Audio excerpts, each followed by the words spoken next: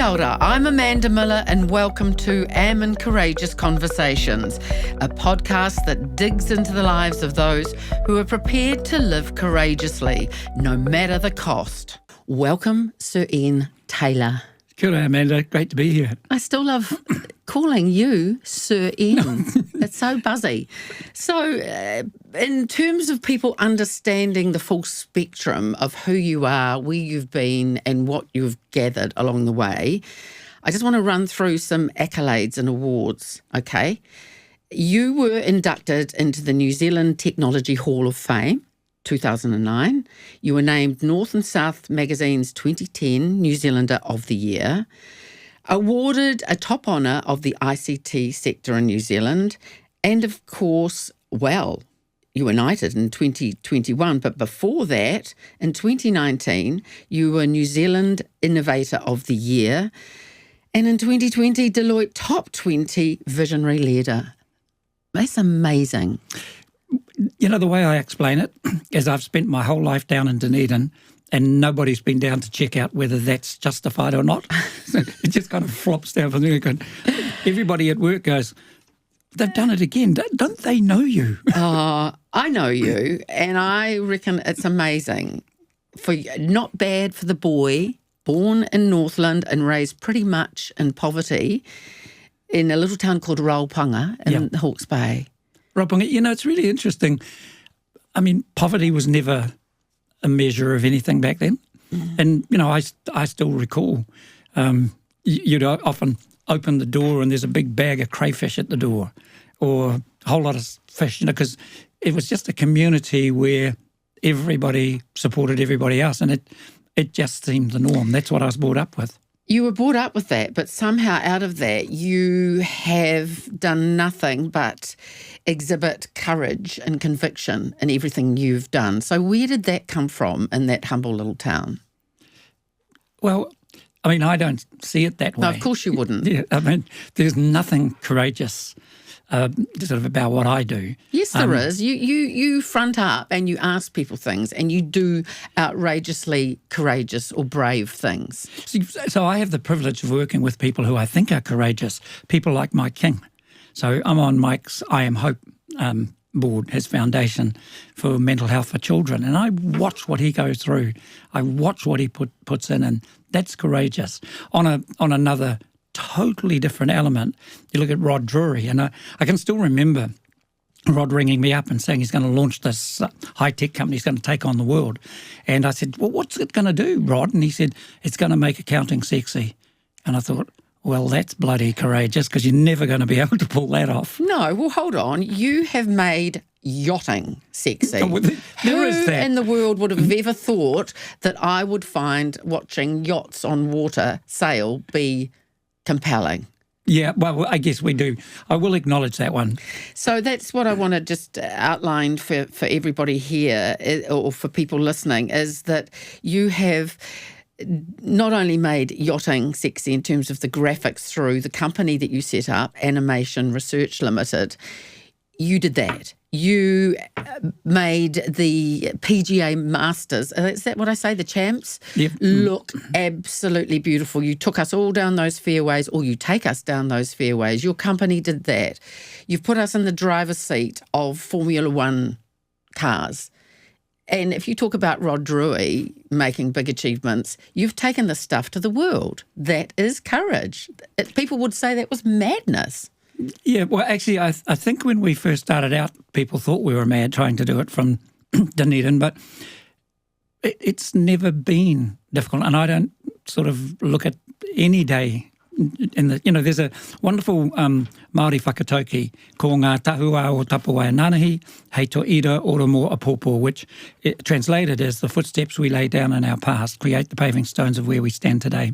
And in the Māori worldview, those footsteps are always in front of us. So I can look out there. I'm 7 years old when the man from the Hawke's Bay Electric Power Board put electricity into our house in Raupanga. And those footsteps come all the way back to me sitting here talking to you about technology, because I'm pretty sure seeing the flick of a light switch light up the house in daylight kind of had this little brain thinking, well, you can do that, you can do anything. So nothing's ever been hard, it's just another step in those footsteps, guided by the past that I have in front of me. That's beautiful. But what also, if you know how I love, well, you may not know this, but I love co-words. Everything is in. I did notice that. And the one that I've picked for you is collaboration. Do you reckon that's a pretty big part of your success? It's all of it. Yeah. I take it back to this other thing because, I was a singer in a band. And pretty, way back then, that was pretty awesome. You were pretty cool. And you are pretty cool. Well, when I look out at those footsteps, I remember I was given and this isn't to show off, it's to put it in context, I was given a honorary doctorate in business at Aotearoa University a few years ago. Everyone at work just laughed, how can you get one of those? Business of all things. But I had to give a speech at the town hall and I had no idea what I was going to say. So I walked up there and the footsteps laid out in front of me. I walked up there, stood on the stage and remembered that my first visit ever to Dunedin was on that stage singing in the band to that room full of people. And here I was with a room full of people again. And it all just clicked. And I said, when I first stepped onto the stage 50 years ago, I was just the singer in the band. The magic came from the people who played the instruments around me, and nothing has changed. I accept this award, and I'm just the singer in the band. The magic are the people I've collaborated with. Yeah, because there is a fair amount of wizardry attached to everything you do. And you've got a skill in bringing together people and somehow that magic happens. And if I could go back to when I first met you, which was at TVNZ, and I think I was still a teenager, and I was just overwhelmed. What struck me was how willing you were to share and inspire people. Me, a brand new reporter in a newsroom, I remember you telling me, you could do this and then you could do that and you could, and I'm going, oh my gosh, Ian Taylor is spending time helping me develop my confidence and my skills. It was quite extraordinary, and I've never forgotten that. Oh, that's up on the 8th floor of the MCM building. Exactly. Yeah, and I thought, because you were famous, really famous. You were that dude that was in the band, and then you were on Spot On and Play School. So to me, it was very generous. And by that stage, you were creating a lot of programs in terms of Natural History Unit and various other documentaries and things like that.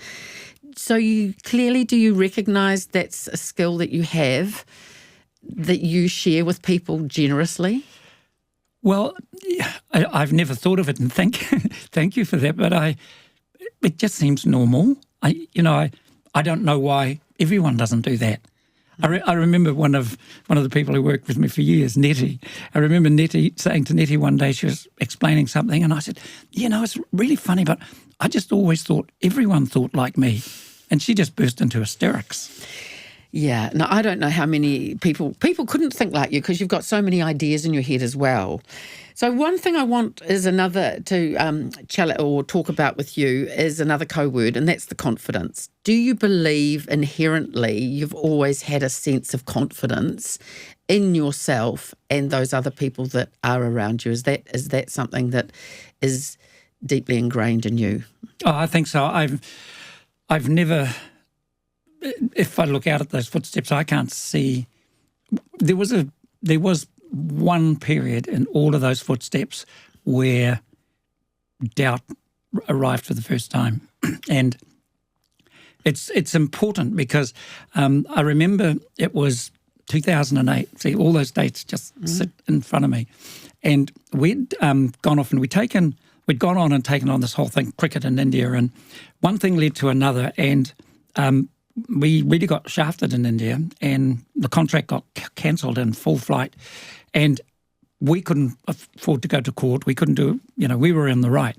Anyway, long story short. You, just for the benefit of listeners or viewers, you're talking about Animation Research Limited. Yeah. Right. Long story short, I came back and a number of things sort of lined up. It was the perfect storm. So we lost that contract, which was really large. The America's Cup went back into court. A couple of other things happened. And I had 3 months, and I just, even now, I look out at those footsteps, and Liz, my wife, partner, I mean, she just quietly was the rock behind me. And I have to look out and see that now, because I didn't see it then. But she was the rock.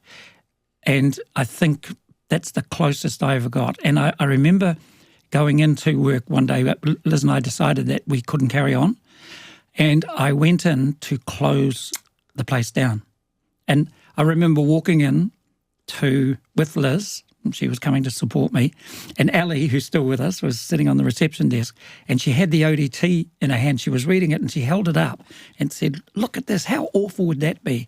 And on the front page, Fisher & Paykel had closed its factory out on the Taieri and laid off 200 and something, 300 people, 400. And I leaned over to Liz and said, "Can't do it today." Oh my goodness. And we didn't do it that day. And I'm glad to think that that was the only period of some doubt, because we left that day and I thought of an idea and a way out of it. But if Fisher & Paykel hadn't closed that day, we would have. So in a way, you're grateful to Fisher & Paykel for that tragedy. And that's the importance of those footsteps. At that time of absolute, it's all over, something stood up and said, not yet, And what else allowed you that kind of pathway forward? What did you tell yourself that said, we can do this? Yeah, I think one of the lessons I learned at that time, which I think is really important in these times of, mental health, mental wellness, is I am pretty sure, during that period, as I struggled with, how do I do this? Because it wasn't about me. We were about to lose everything. But I had this family of people with children and kids and families, and it was like, what do I do? And I think during that period, I fully understood how close you could come to suicide. That I had to consciously remind myself I was right on the edge of a line, that if you took one step to one side, it would all make sense. And I didn't take that step, probably because, Liz was so solid, she was there. But after that, what was amazing, I found a way out of it. And I remember calling all the team together this time to say, we've got enough money. One of the responsibilities, we owed people money too. So we managed to pull together enough money. We sold something. And the deal was we got enough money to pay off everybody we owed money to. And that left us with 2 months of salaries. And in that 2 months, I gathered people together and said, right, we can only go for another 2 months, so start looking for other jobs. And everybody said, nah, let's give it a go.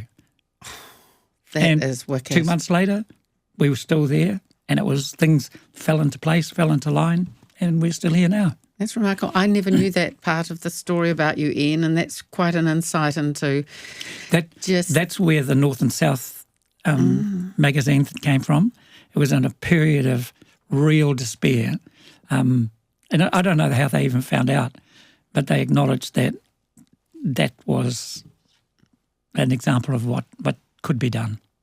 And as a team. That's right, as a team, but also what that was part of, or what you owe your success of getting through that phase was, of course, is Liz. Wonderful Liz.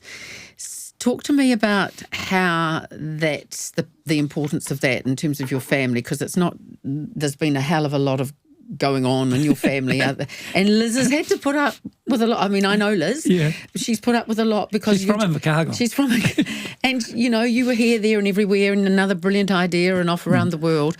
But Liz was consistently there. And in your own life, there were some really big challenges, particularly with your son, Sam. Yeah. So, Liz was amazing. And again, that's the power of looking at these footsteps in front, because at the time you probably don't see it. But Liz was incredible. She always reminds me, apparently the first time we met, I'd put up my legal books after my law degree. I put up my books for sale. And she came around, apparently she bought my legal system books. And it was only when she got them home she realised they were out of date. So I sold her useless legal system books, and I didn't know they were out of date because I'd never read them anyway. We just sat exams. But Liz always had the real job. She was one of the first female partners, women partners in the country with Ian Gallagher, Galloway, sorry, Ian Galloway. Sir Ian. So she was one of the first, and I always thought she had the real job, and I dilly-dallied with this stuff all over the world. And then we had the kids, and she brought up these two boys while I swanned around the world, really. You did. And she did an amazing job of them. And, of course, one of those, Sam, was born profoundly deaf. And, again, it was Liz. I can still remember when we found out Sam was deaf, Liz said, right, today we cry and tomorrow we do everything to make sure he has the best life ever and that he can talk. Now, you're not meant to be able to talk. He's profoundly deaf. But Sam is now a surgeon, or just finishing his final years, and next year he will be a surgeon, vascular surgeon. That is such an amazing story of success and what can be possible. People often ask me, who do I look up to? And I look up to both my boys, but, Sam has been someone who just never, ever complained. He didn't have anything to complain about, he reckoned, and nothing ever stopped him. Nothing. So did that disability, even though it didn't stop him, did it give you a rare insight into what it's like to have a child in your world with a disability, and just how much, in a way, privileged helped you because you were able to help him? Yeah, the thing that stood out for me, and it's something Sam often talked about too, Sam would say that he was really lucky he was born deaf because everybody could see what it was. And then he would say, what about the people with autism? What about the people with this? What about the people with that? And nobody sees, and they don't get the kind of help he got. And that always struck home to me. And during that time, and I see it these days now, during that time we had the special service, special teachers, special teacher aides at school. So he had a special teacher aide all of the time.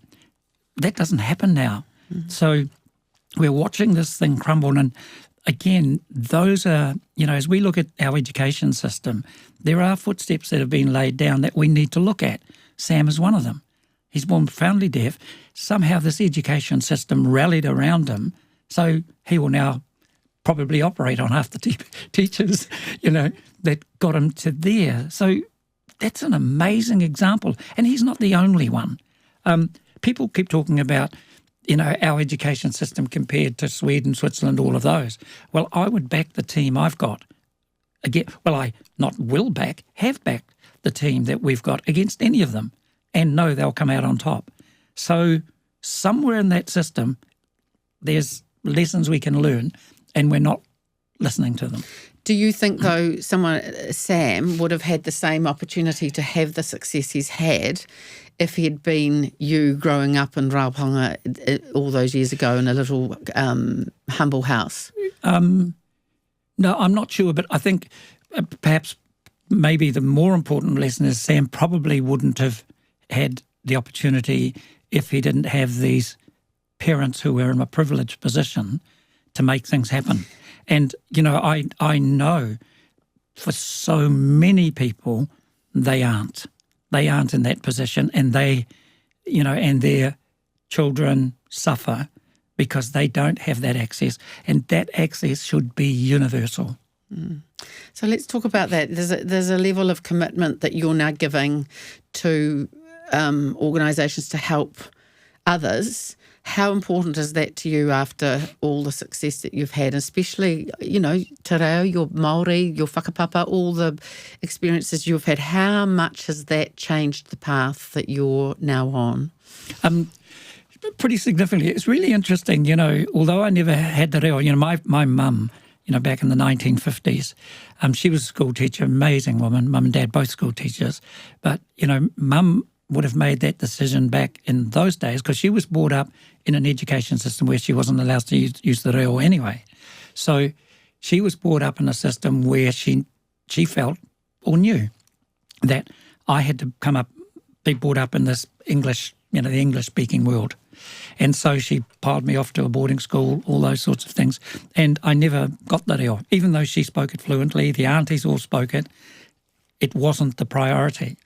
But I always knew, and sometimes, my good old mate Willie Jackson, who, if you don't speak Māori, you're not a Māori, that kind of stuff, you're a useless Māori. No one can take that. I've always known that was me. And it hasn't taken much to really spark it.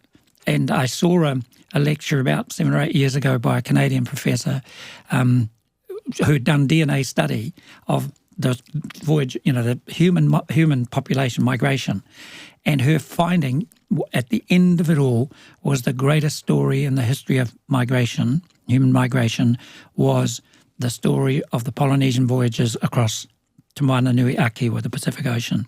And as you looked into it, you realised that they had to be scientists, innovators, engineers. They designed these amazing wakahaurua. And as you went through all of that, you realised that this is what we need to be teaching our tamariki. And I started by thinking we need to do this for our Polynesian and Māori tamariki, because they're brought up thinking this thing called STEM is, beyond them, or it doesn't interest them. But actually it didn't take long as we started to share it with schools. We realised that it was important for all of our tamariki. Because one of the great things about that finding, she called it, Lisa called it, Professor Mataso-Smith, called it from Africa to Aotearoa. Mm-hmm. First steps out were from Africa. The last steps of human migration on planet Earth were to, it's a typical Māori thing to say, we're here to Aotearoa, but they weren't. They were to the Chatham Islands. The last steps were the Moriori going to the Chatham Islands. That's an amazing accomplishment. Mm-hmm. And if we then put that in context for our tamariki, we can say the history of human migration began in Africa and they were looking for here. It took them a while, but they found it. No one else can say that. So you've now invested your time and money in trying to disseminate some of the stuff to our tamariki that's important to you for the next generation. Yeah, so we set up a little, it sounds like we're really successful and really rich, doesn't it? But we're not. But we still set up this division called Technology for Good. I remember somebody talking about Silicon Valley being technology for greed. And I thought, actually, what about technology for good? So there's 2 programs we're running out of that. One is Teach Numeracy and Literacy in Prisons with this amazing VR technology that's been developed. But the other one is Mātauranga. And everything aligned. So I heard this story, and we're approaching 2019, where everyone was talking about the 250th anniversary of Captain Cook arriving here. Then I discovered there was a wakahaurua coming from Tahiti to New Zealand as part of that. This is that state-of-the-art craft. So we decided, let's make sure we've got someone on that. Let's make sure we've got someone on the Endeavour, and let's kind of start telling the story and figure out what it is. The other thing that happened in 2019 was it was the 50th anniversary of man landing on the moon. So as I looked at that, we didn't have money. We didn't know how we were going to do it. But I piled people off to Tahiti to get on it, because it was sort of like the waka telling me, this is the time. Man landing on the moon, 250th anniversary of Captain Cook, and Kupe's voyage coming from Tahiti to New Zealand. This is the only time it'll happen, so you've got to do it now. And so we did. And now that's in what, primary, secondary schools? So we've launched it. We just put it out there and just said, here, it's free. And aimed firstly at primary intermediate, because I keep saying I've given up talking to old people because all they do is talk, nothing ever happens. And I thought, if we got this to our young people, they will, in one generation, change the world, because the reason we've got the division we've got, the reason we've got people moaning about young kids learning te reo at school is because we didn't have these stories. But my moko have these stories. They will have it. And it was beautiful this morning. So my moko Jackson, so he's 5, he's at school, he's 5, and this morning as I was getting ready, I could see me sitting over doing some drawings on the table, and he was singing a song in Māori just to himself. And I just thought, that's brilliant. Mm-hmm. You wouldn't expect anything. He's blonde, blue-eyed, and he's just happily sitting there singing in Māori. And I have to share mine since we're both being proud grandparents, but it was just absolutely heartwarming the other day when my granddaughter, who's 2, gave us the Māori prayer that she learns before they have their morning tea. And it's like, wow, that is wicked. It's just wonderful. It makes you just feel, it's so rich. Yes, and that richness is really valuable. So, we just need everybody to step back. I have this photo, of that. We talk about that early education. So important, those first 1,000 days. So important. But Jackson went to this wonderful daycare, all Pākehā teachers. But on his final day, they sent me a photo because he was king for the day, his last day. He was king for the day, and the photo was he had a cardboard crown on and the most beautiful korowai. And I just looked and thought, that says it all in one picture. Absolutely.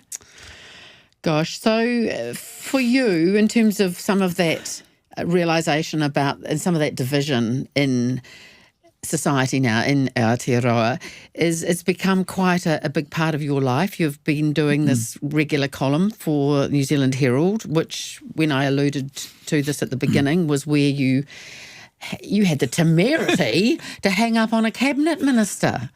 You're suddenly stepping into a new territory. You've always been passionate. You've always had that sense of conviction, but suddenly it's become quite political. You're seeing the world and you're wanting to change some of the attitudes about what's going on. Tell us about that. Well, it's not political. It was really interesting. It was interesting. But you are when you say you stopped voting for the first time in 50 years. You won't be voting Labour because you're obviously very, very discontented with what's going on. It isn't the first time. I voted National when I realised when John Key acknowledged that the Māori Party was important and he would get together with Peter Sharples.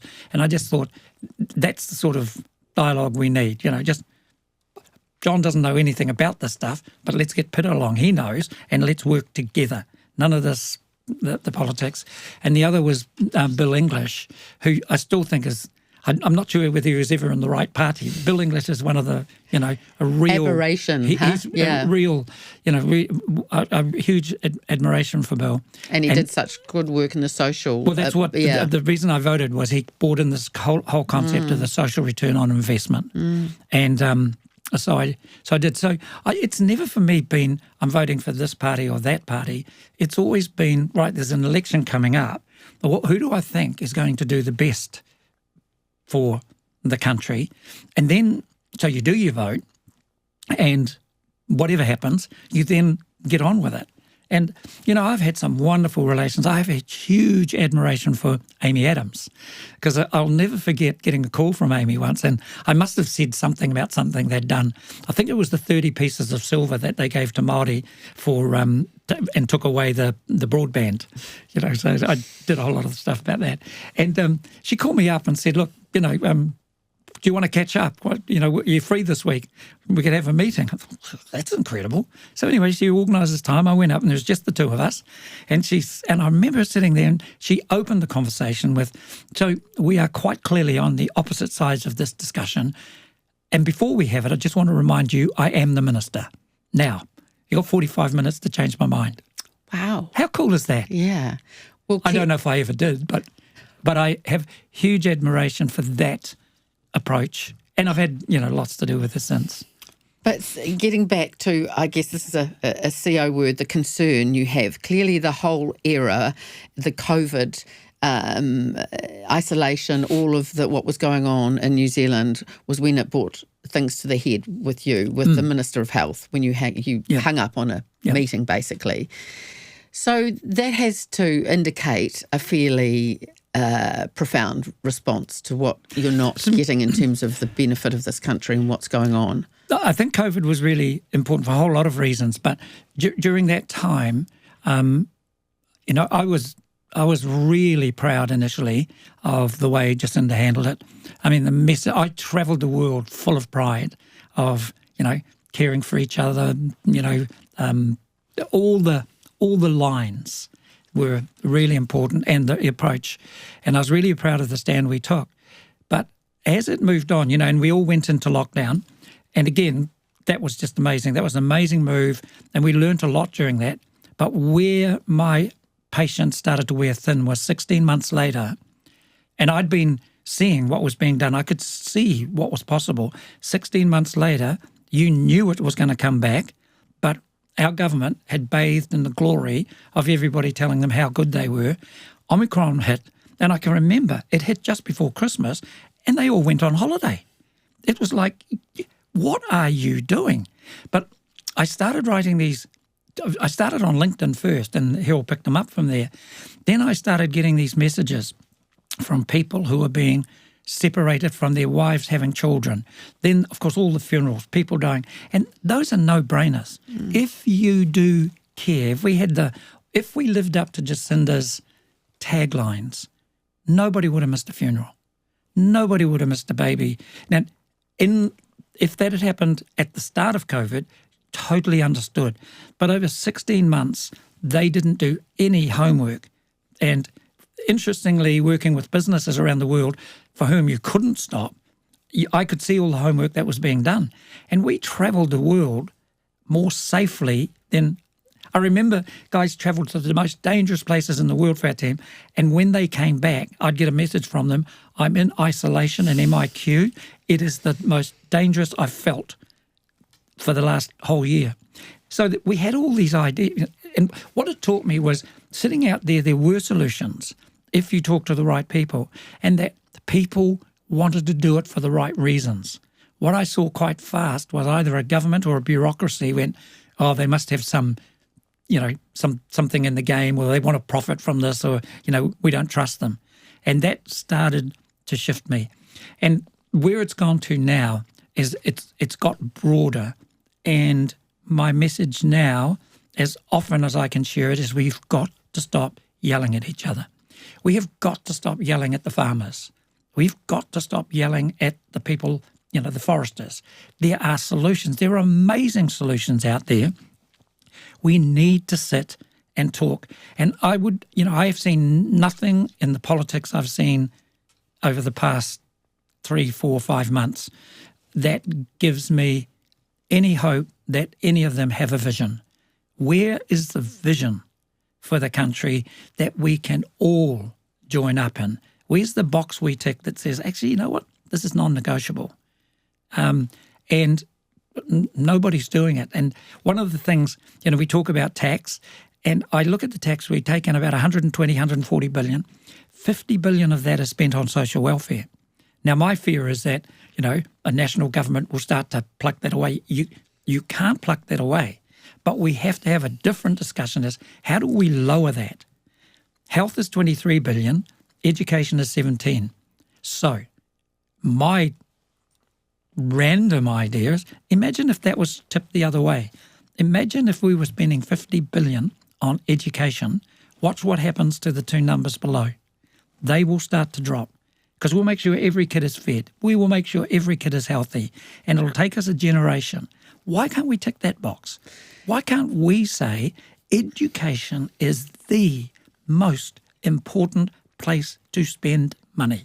So that's the commitment. Is this something that you want to continue to fight and to... Absolutely. How will you do this then?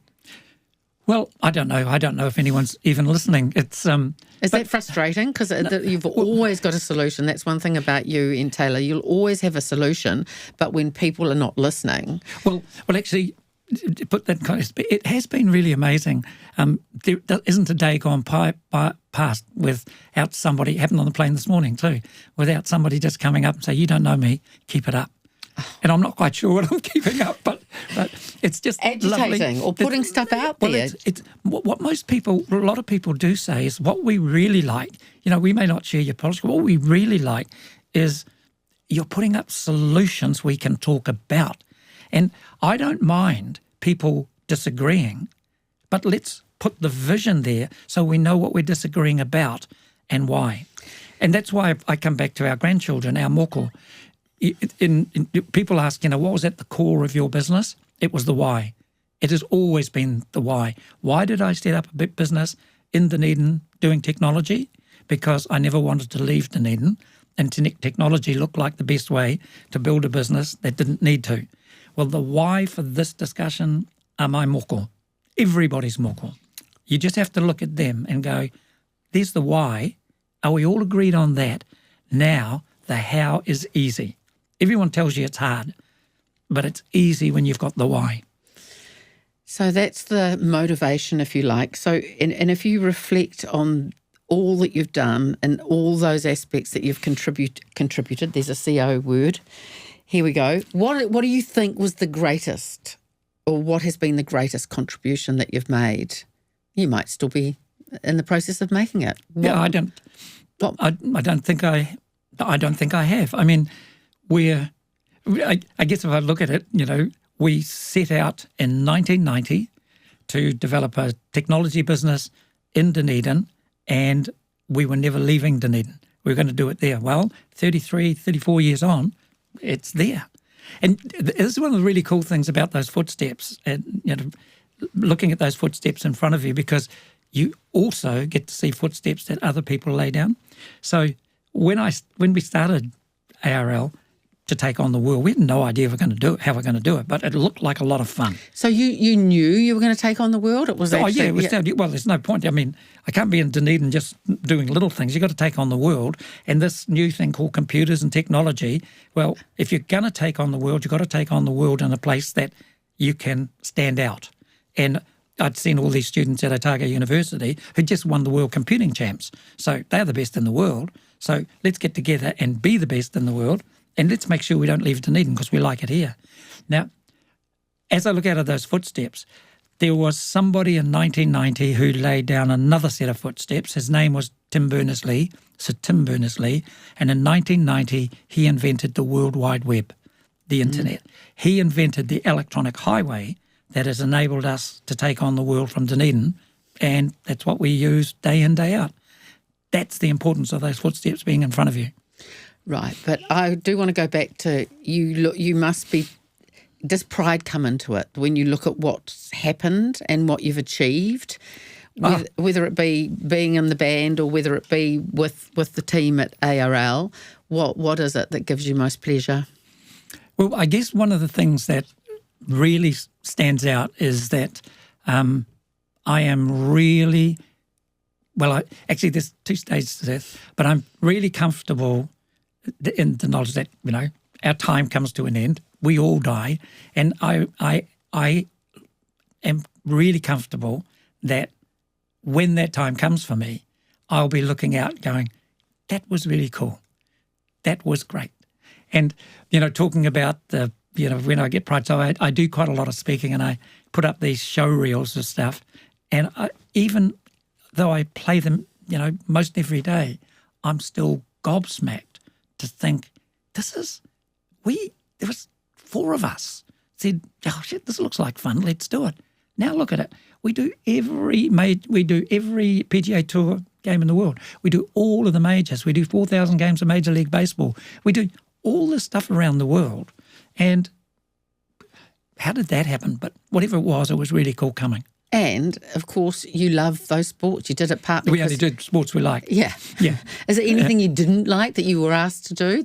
Well, we're getting used to Major League Baseball. But the really cool thing about Major League Baseball was when it turned up, it was in COVID and we're doing everything remotely, so we didn't have to go to a game. But it is interesting as we've done it. You start to see, oh my God, the skill levels in this. But if I could just come back to that stuff about, end of days really. Until recently, I knew, I've always thought that whatever happens, I'm going to die really happy as I look out at everything. You look out there and you like to think you left the world in a better state than when you came into it. And I look at my 2 sons and I know I'm leaving it in a better state just because of them. But now I know that it is going to be difficult because unless we do something about global warming, climate change, sustainability, I will pass really concerned about my moko. And that's a definite one that is like, no matter how many solutions Sir Ian Taylor has, that isn't one that you can do on your own and by ringing a couple of flash people around the world. Hey. No, but we need to start the conversation. Yes, absolutely. And there are amazing solutions, and I think New Zealand can lead the world. You know, we don't have a huge impact necessarily in the things, but we can be the place they look to and go, geez, look. Well, I mean, it's funny, you know, everyone doing the golf and when we do this, people say to us, how come you do this from New Zealand? Can't we do this up here? Well, imagine if people were looking at New Zealand and the whole thing of climate change, sustainability, and, you know, I've got hundreds of ideas about that. And what's really happening, you know, you say, is anyone listening? Well, it brings me back to those COVID days. What I saw was out there are all sorts of people working in different pockets. So what we're going now is pulling everyone together, going, don't rely on governments, do this and move it and give them answers, but make sure you take all the people with you. We've got to start telling the story. So everyone sitting out there is going, actually, why aren't we doing that? Why aren't we? There's this wonderful opportunity with our trees. So we've seen what Cyclone Gabriel did, and everybody looks at the challenge. That is the most amazing opportunity. In summary, all that stuff that we washed down the rivers, that destroyed our bridges, that smashed homes and houses, we leave lying on the ground. It is worth billions of dollars in biofuels, biochemistry, bioelectronics. There are people moving in this space. We need to move it faster, and we have the opportunity to be one of the world leaders in growing trees that actually replace fossil fuels. Okay, so Ian Taylor, that's your next job, okay? Get that one moving. Finally, let's just... Is that an hour already? Nearly. We want to talk to you. Finally, the final segment is about you as a coach. Your tips for helping others lead with confidence, courage and conviction. Is there one saying or one mantra that you have that guides you? Actually, yes, and it comes, so I've talked about... Other than the footsteps, of course. Yeah, the footsteps is really, you know, it's a really valuable...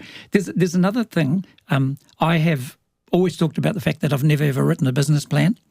And, you know, if I look back... That's comforting. Well, if I went back to 1990, I could not have written any of this when we started. It just didn't exist. So I've never written a business plan, but a lesson that came to me from Lisa's studies on human migration is that celestial navigation, the navigators use stars, sun and ocean currents to guide them. Amazing. And I shared a story from Aotearoa because he trains young people in navigation, and he remembers taking a young guy out. They'd been teaching him everything, then they went out and they go out for 3 days and it was really cloudy, no stars, no sun. And he watched them for a while and then he said to him, lie in the hull. You have all the lessons. Go lie in the hull. So he went down and lay in the hull, and he came back a while later and said, I think I know where we are. And that message resonated with me because while I've never written a business plan, I now understand ARL's been my waka, and I have always gone and laid in the hull. I've laid in the hull to feel where she is taking us. I've come back on deck knowing I have the A team, and it's never been I think we should go. It's It's never been I think we should go. It's she thinks we should go this way. And as I look at all of those footsteps, it explains why almost everything we have done is a first. So lay in the hull. So I say to CEOs, when was the last time you lay in the hull of your waka? But that saying, I've got to go back because I talked about Sam. I'm talking about Ben, the younger son. Because he's now part of your business, yes, very much part of your business. Yeah. He was only 8, and I was to give the prize speech at the prize giving, and I sort of worked it out. And he came into the office and said, "I need to read your speech, Dad."